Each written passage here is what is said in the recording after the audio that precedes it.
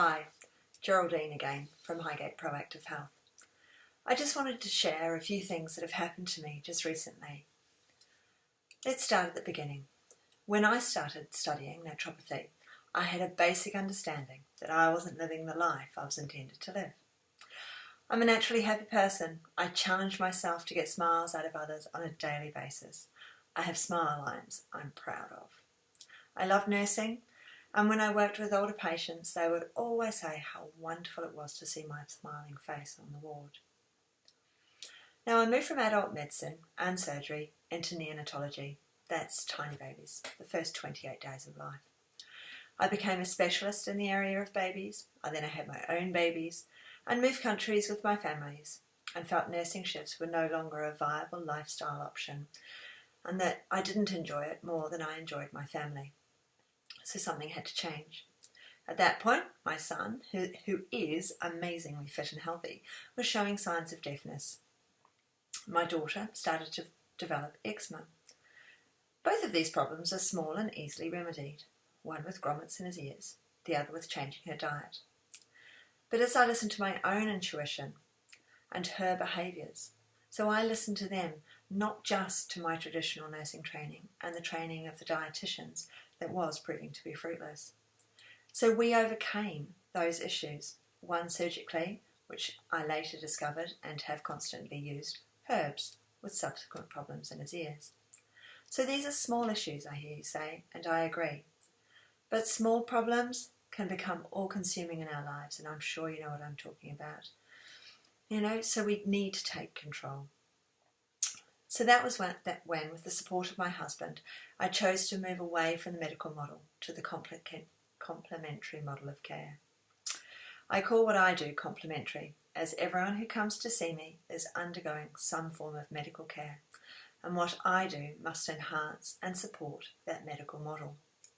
Combining my take on the realities of life and the medical model means my clients have faster recovery time from injuries and illness, and the problem areas that are often solved with perhaps a few pharmaceutical drugs, are they solved?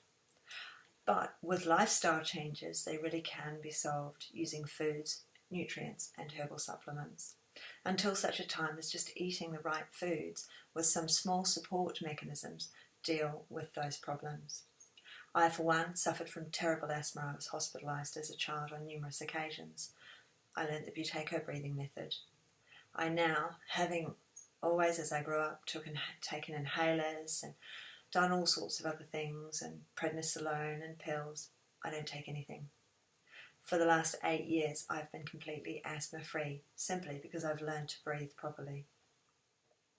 So the changes in my life for me had a lot to do with my naturopathy training, and those changes also happened for my children.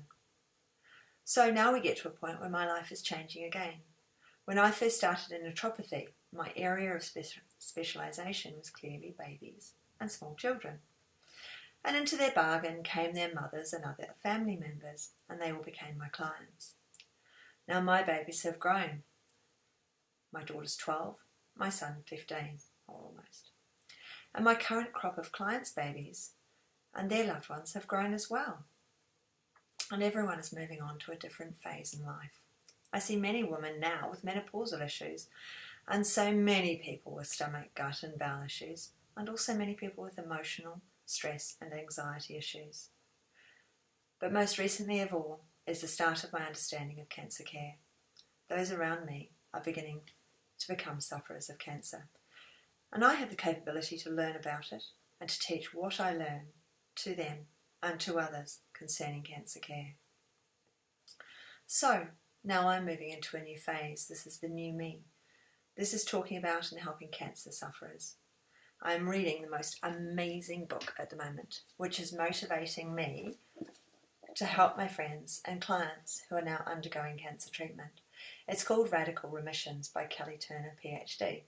It's a New York Times bestseller, and with very good reason.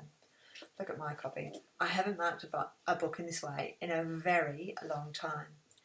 This is the area that is growing in importance for me and in my life, and of course for those people around me that I know and love who have been given this diagnosis. The chapter I'm reading at the moment talks about laughter being your medicine, and I wholeheartedly agree. This book also talks about giving love and kindness to your cancer, as perhaps those cancer cells are simply misguided cells that through stress and negativity have been allowed to fester and stagnate in your body. The major recommendations are listed in the start of the book. Radically changing your diet, taking control of your health, following your intuition. I did those things, and they've proven the right thing for me to have done with the simple ill health problems that I initially had. Using herbs and supplements, I use herbs all the time. Releasing suppressed emotions, I'm only just beginning to get a handle on that one myself.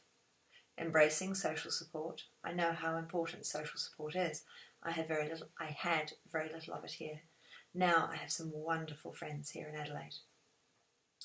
Deepening your spiritual connection. For me, that's believing in Mother Nature and the world as a whole and us as human beings. And having strong reasons for living. Well, those are my family. So now I would like to do some mindful light visualization with you concerning your cancer hotspots or your pain or ill health wherever it may be in your body. For this reason, I'm doing part 1 and part 2 because I'm sure that you don't want to have to listen to me saying all those things over and over again before you start your visualization. Mindful light visualization should be done perhaps in the evening before you go to bed, at minimum of once a day, perhaps twice a day. So you need to go and get yourself comfortable. You need to either be sitting up, like I am, in a chair, well supported, or lying down. But you need to make sure that you're warm and comfortable. In the book, she talks about a Dr. Kobayashi, an integrative oncologist in Tokyo, and he believes that cancer is damaged mitochondrial cells, and this is caused in part by bad circulation and low temperature. He prescribes, along with many other things obviously, warming foods and raising your core body temperature, citing that you never get cancer in your heart and small intestines, quite possibly because they have high blood circulation and high oxygen content. So, press like on your screen so that you've enjoyed this part, and then go and get yourself comfortable. Get yourself a Wheatie, warmed up, or a hot water bottle if you're cold or you can't reach the hot spots in your body that are causing you problems. And I'll see you in part 2 very shortly.